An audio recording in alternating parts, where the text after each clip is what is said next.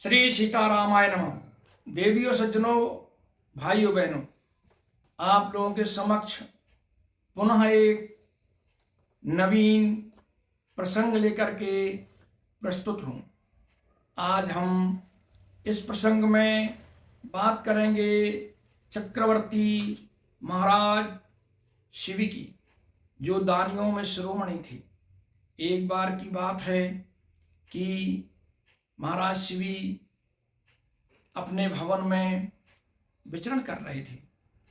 तभी वहाँ अचानक एक घायल कबूतर उनके सामने आकर के त्राहिमाम त्राहिमाम करता हुआ उनके शरणागत हो जाता है और कहता है, हे महाराज, मैं आपकी शरण हूँ, आप मेरी रक्षा कीजिए।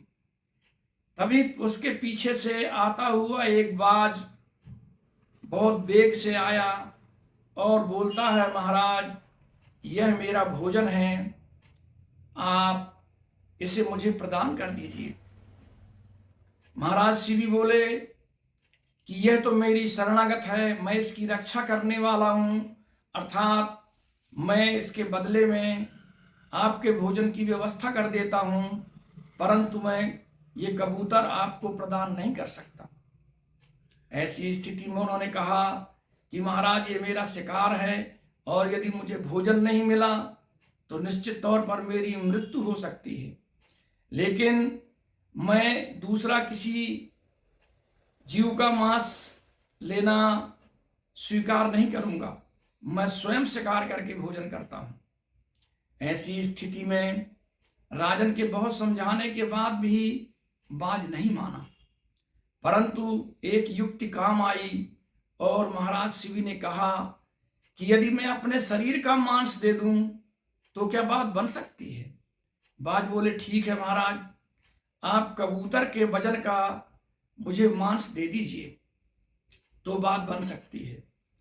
तो लीजिए, तराजू बुलवाई गई और उस तराजू में एक और कबूतर को स्थापित कर दूसरी ओर महाराज शिवी अपने शरीर का धीरे धीरे मांस निकाल कर रखने लगे, परंतु यह तो महाराज की परीक्षा थी, वह पलड़ा बराबर होने का नाम ही नहीं ले रहा था। अंत में महाराज शिवी स्वयं उस पर बैठ गए। तब वह पलड़ा भारी हो गया और ऐसी स्थिति में वो दोनों प्रत्यक्ष हो गए। कबूतर के रूप में अग्निदेव और बाज के रूप में इंद्रदेव, जो महाराज शिवी की परीक्षा लेने के लिए आए हुए थे। अतः साथियों, यह स्पष्ट है कि हमारे देश में ऐसे ऐसे महान लोग हुए हैं जिन्होंने एक पक्षी की रक्षा के लिए अपने शरीर का मांस तक दे दिया। हमें इस बात से यह शिक्षा लेनी चाहिए कि हमें जीव मात्र की रक्षा करना चाहिए। जीव की रक्षा हमारा परम कर्तव्य है। बोलिए श्री सीतारामाय नमः।